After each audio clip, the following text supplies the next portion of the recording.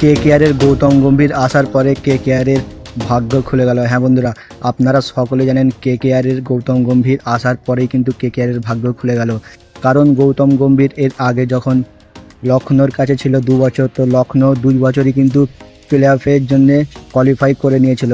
আর যখনই লখনৌ ছেড়ে গৌতম গম্ভীর কেকেআরে আসে তখন কিন্তু কেকেআরকেও কোয়ালিফাই করে নম্বর 1-এর জায়গাটা পুরোপুরি দখল করে নিল কেকেআর।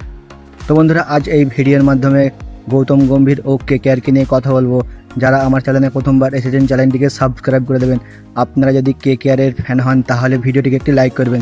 তো চলুন ভিডিওটি শুরু করা যাক। বন্ধুরা, আপনারা সকলে জানেন এবছর আইপিএল 2024-এ কেকেআর সব থেকে প্রথম কোয়ালিফাই করে। তো প্রথম কোয়ালিফাই করে পয়েন্টস টেবিলে 1 নম্বরে রয়েছে কেকেআর। এর সব থেকে বড় হাত রয়েছে গৌতম গম্ভীরের। কারণ আপনারা দেখেছেন যখন গৌতম গম্ভীর লখনৌতে ছিল 2 বছর তখন কিন্তু লখনৌ কোয়ালিফাই করেছিল, কিন্তু এবছর লখনৌ ছেড়ে গৌতম গম্ভীর যখন কেকেআরে আসে তখন কিন্তু কেকেআরের পুরো খেলাটাই বদলে দিল।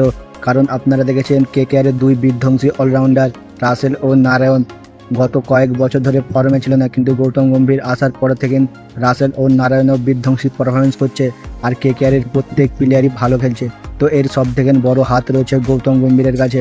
তো বন্ধুরা, আপনারা কমেন্ট করে জানান এবছর কি কেকেআর চ্যাম্পিয়ন হতে পারবে।